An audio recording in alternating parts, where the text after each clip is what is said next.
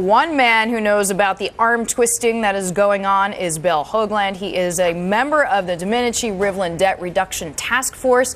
It released its own plan last month, and the proposal calls for $4 trillion in savings in the next decade. Bill currently serves as the Vice President of Public Policy at Cigna. Bill, we're so glad to have you with us from D.C. this morning. We have been talking about these 14 votes that are necessary to get this plan to Congress to be considered. 14 out of 18. Is there any chance those 14 votes are there? I think it's going to be very difficult. The two chairmen, Mr. Bowles and Senator Simpson, have worked very hard, but I think it's very difficult for them to get the 14 votes, 14 out of the 18 votes. The question is whether they get 3 or 5 or 10, but I think it's going to be difficult to achieve the 14 votes. So if the 14 don't happen, I mean, what happens to this idea? Does it just get put on the shelf and everybody forgets about it? I think the important point here is that this particular work that the Commission and the staff have worked very hard on over the last year starts the discussion, starts the debate, lays it on the table, that makes it very clear that making headway and reducing this threatening growth in debt and deficits into the future, that it's time to get serious, have an adult discussion about what we have to do. And I think, quite frankly, I think it's a start. It's not the end. It will not get shelved because they've started the discussion with the American public about what has to be done in terms of controlling our debt and deficits in the future. So I believe it'll be debated, and I think that's good. The question is whether the President of the United States, depending upon what is recommended, what he puts into his budget for 2012 to start the debate, the serious debate in terms of legislation beginning next year in the 112th Congress. Bill, you mentioned the American people, and a lot of people say, listen, you know, that government officials really have to feel the pressure from the public to be motivated. And some polls say that only about 4% of Americans say they're really concerned about the deficit, and, you know, not out of not caring, but about 60% are worried about jobs. Correct. And I think that this is one of the real educations. We have an education gap as well as a fiscal gap.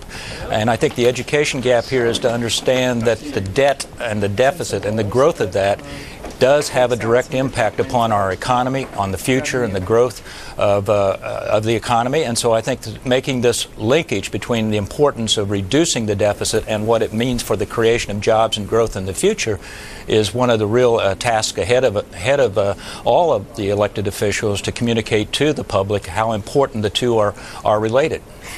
Can you give Americans a reason, Bill? Let's just say their taxes go up, government services are cut. Can you make an argument that things can actually be worse, even if people are feeling these inconveniences in their daily lives?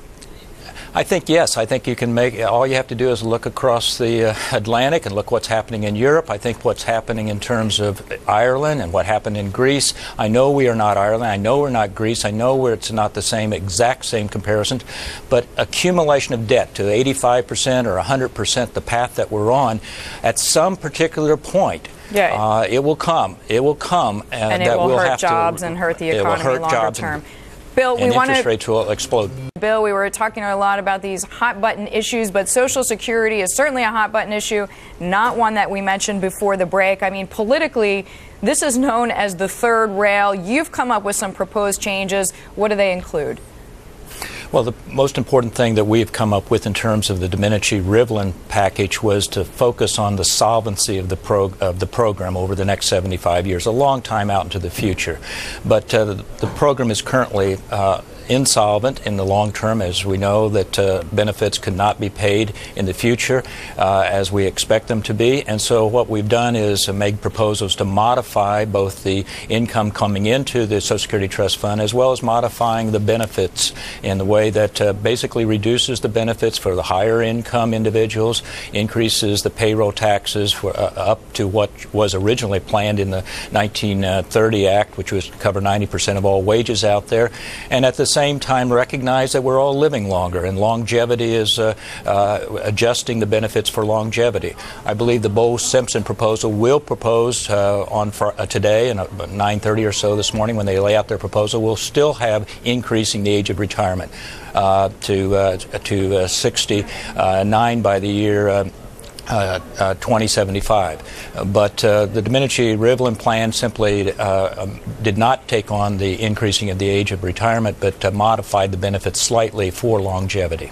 So, Bill, I mean, as you alluded to, this doesn't really affect retirees now or even in the next generation. You said 75 years out. So in some ways, it's hard to sell people on a longer-term plan that maybe only their grandchildren will begin to feel.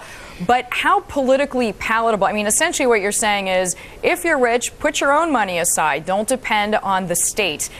That seems, for a lot of people, that it's going to be problematic. Well, I think, again, you've hit the key point here. I think for current retirees, for near-term retirees, these proposals do not affect their benefits. And at the same time, as a father who has my own children, no grandchildren at this point, but it does seem to me that we are concerned, we want to leave a legacy for our children and for our future. And in that sense, it's a supportable item to make sure that they have the benefits in the future that we had today. Bill, we thank you so much for your time and your thoughts on the matter. Bill Hoagland joining us there from Washington, D.C.